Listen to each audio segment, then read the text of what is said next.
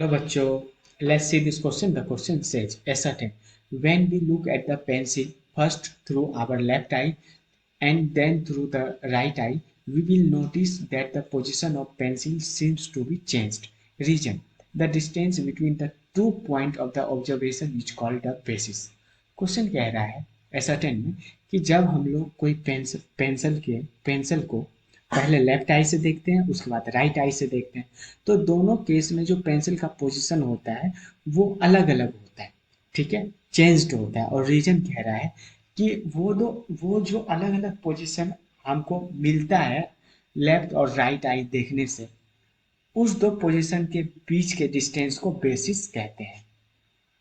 तो पहले इसका की कॉन्सेप्ट समझते हैं। इसका की कॉन्सेप्ट जो होगा इसके आंसर के अंदर ही होगा।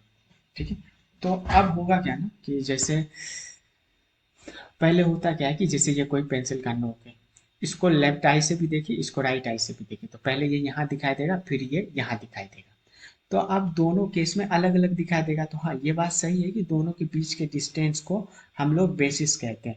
लेकिन यहाँ पे रीजन में ये होना चाहिए ना कि ऐसा क्यों होता है। तो ऐसा जो है एक इफेक्ट के कारण होता है, और वो इफेक्ट को कहते हैं पैरेलैक्स इफेक्ट।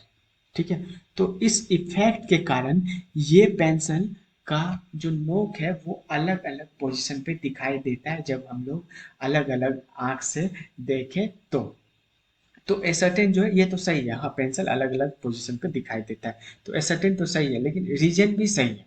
ठीक है, लेकिन रीजन जो है करेक्ट एक्सप्लेनेशन नहीं है। रीजन अपने जगह सही है, एसर्टेन अपने जगह सही है, तो इसका आंसर आ जाएगा ascertain and region. Ascertain and region both are correct. Region both are correct. Correct. But region is not a correct explanation of